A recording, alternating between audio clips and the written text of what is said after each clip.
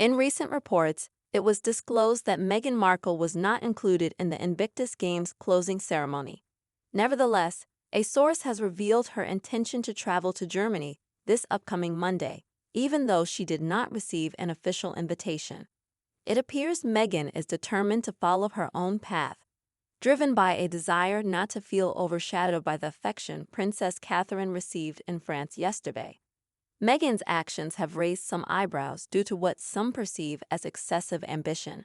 The Mirror newspaper reported that Meghan Markle is preparing to reunite with her husband, Prince Harry, in Germany next week, which is expected to bring joy to the Duke of Sussex. While Meghan opted to stay in the United States and missed both the opening ceremony and the second day of the annual event in Dusseldorf, she has now made the choice to fly to Europe. Her plan is to join Harry at a luxurious hotel for the remainder of the Games. However, it's worth noting that Meghan will not play a formal role in the closing ceremony. Although Harry playfully teased a newfound rivalry with his wife in his speech, joking about the increased competition among the teams they were supporting, particularly since Meghan recently uncovered her Nigerian ancestry, a revelation she shared on her canceled Spotify podcast. These developments come as the Princess of Wales made a stunning appearance in a white suit to support England in their game against Argentina and France. Both the Prince and Princess of Wales are currently in France, each attending different games. Notably, Kate, known for her deep love of sports, was named the patron of the Rugby Football Union last year. She enthusiastically sang along as the crowd passionately sang the national anthem before the highly anticipated match. She radiated with joy as she met with officials before the event, elegantly pairing her chic blazer with a stunning necklace that complemented her outfit. Kate assumed the role of patron, taking over from Prince Harry, who had to step down from royal duties in 2020. After Catherine's appearance in France, Meghan expressed her frustration. She was irked that she hadn't accompanied her husband overseas, much like the princess had done. Subsequently, Meghan's PR team suggested that Prince William and Catherine had undermined Harry's Invictus launch. However, it's essential to clarify that the Prince and Princess of Wales do not base their schedules on Harry and Meghan, nor do they influence the teams that participate in the Rugby World Cup. The World Cup schedules are planned a decade in advance, taking place only once every 4 years, and are determined by a significant regulatory body unrelated to the royal family. The Invictus Games have been scheduled transparently year by year. Harry strategically moved the Invictus Games to coincide with the day before Oktoberfest begins, allowing the event to contribute to the funding of the beer festival, which was a separate endeavor. To clarify, Harry and the Invictus Games Foundation arranged the Invictus Games to coincide with the Rugby World Cup, not the other way around.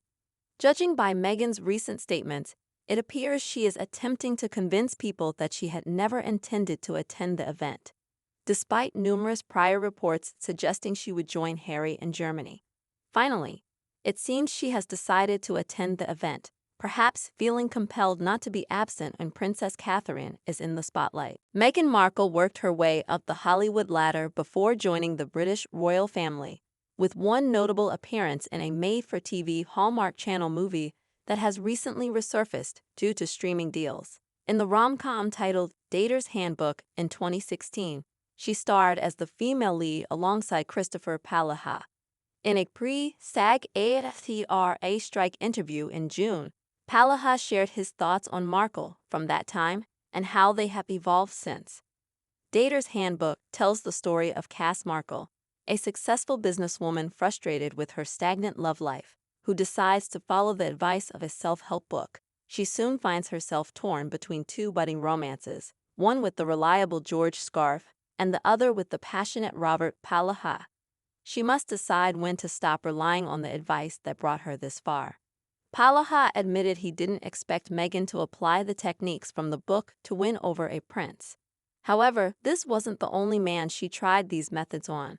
Before Harry, she was involved with chef Corey Vitiello. Palaha suggested that Meghan's actions, her negative portrayal in the UK, constant fabrications, and role-playing have failed to deceive people.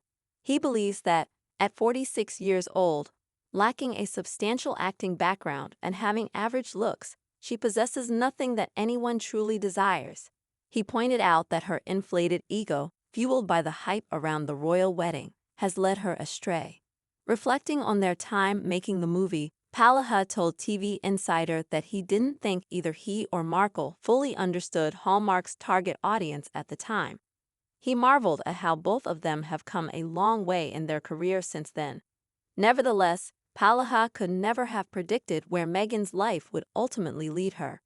Her personal journey surprised everyone, including him, as he never expected to see her marrying a real-life prince on television.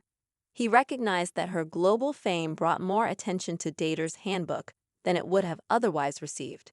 Looking back, that movie held a unique place for them because, at the time, they didn't fully grasp what Hallmark represented. When asked about his thoughts on Meghan's current career and his predictions for her future, Palaha offered a candid perspective.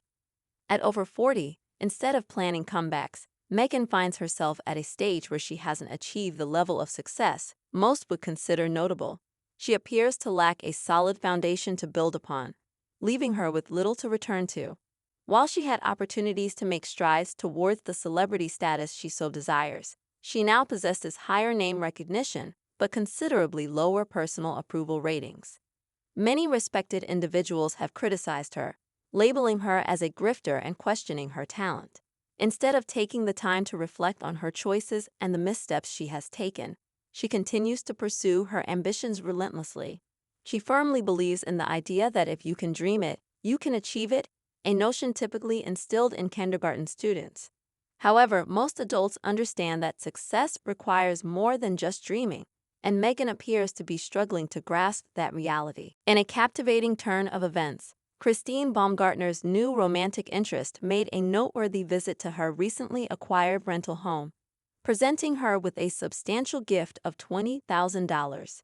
Christine has been under scrutiny for her relationship with one of Kevin Costner's close friends, who has evidently been providing her with financial assistance. Despite Christine's prior assertions that she required increased child support from Kevin to provide a comfortable life for their 3 children, it appears she has been receiving financial support from her new partner since separating from the Yellowstone star. Court records from August 30th, obtained by U.S. Weekly, reveal Kevin's stance against Christine's request for additional child support. He argued that her extravagant gift from her new boyfriend serves as evidence that she does not require additional financial assistance. Christine's attack on me is a smokescreen to deflect attention from her lack of candor regarding her own financial situation, Kevin asserted in his court filing. During a recent deposition, Christine reluctantly admitted that her brother had provided her with $80,000,